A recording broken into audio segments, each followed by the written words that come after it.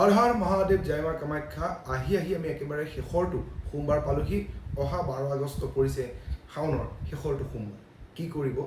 এই সোমবাৰৰ দিনাখন আপুনি শিৱ মন্দিৰত যেতিয়া যায়, এটা ঘিউৰ বটল আৰু 5মুখী চাকি লৈ যাব। যদিহে 5মুখী চাকি আপুনি নাপায়, 5 গছ চাকি লৈ গ'লেও হ'ব।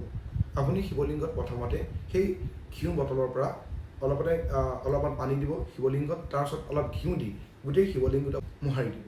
তাৰপিছত আকৌ পানী দি পেলাই সেই শিৱলিংগটো ধুই ল'ব।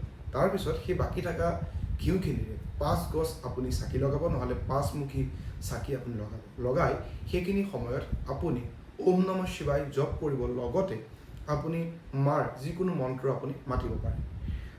অৰ্থাৎ শিৱ আৰু মাৰ দুটাৰে যদি আপুনি মন্ত্ৰ মাতে, আপোনাৰ গোটেই সৰ্বাৰ্থ সিদ্ধি যিটো যোগ হয়, অৰ্থাৎ গোটেইখিনি আপোনাৰ ভাল হ'ব। এইখিনি সময়ত আপুনি হৰ হৰ মহাদেৱৰো আপুনি শব্দ ক'ব পাৰে। অৰ্থাৎ হৰ হৰ মহাদেৱৰ অৰ্থ কি?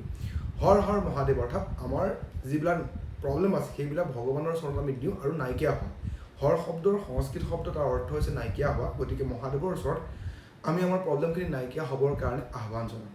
যিহেতু শেষৰটো সোমবাৰ আৰু গোটেইকেইটা সোমবাৰেই আছিলে পবিত্ৰ, আৰু এই সোমবাৰটো স্পেচিয়েল এইটো কাৰণেই কাৰণ এই সোমবাৰটোৰ পিছত ৰাশি পূৰ্ণিমা আৰম্ভ হ'ব, আৰু ৰাশি পূৰ্ণিমা আৰম্ভ হ'ব, প্ৰেমৰ উৎসৱ আৰম্ভ হ'ব। গতিকে এই সময়খিনিত আপুনি শিৱৰ লগতে মা যদি নাম আপুনি ল'ব পাৰে, শিৱ পাৰ্বতীৰ আপুনি আশীৰ্বাদ গ্ৰহণ কৰিব পাৰে।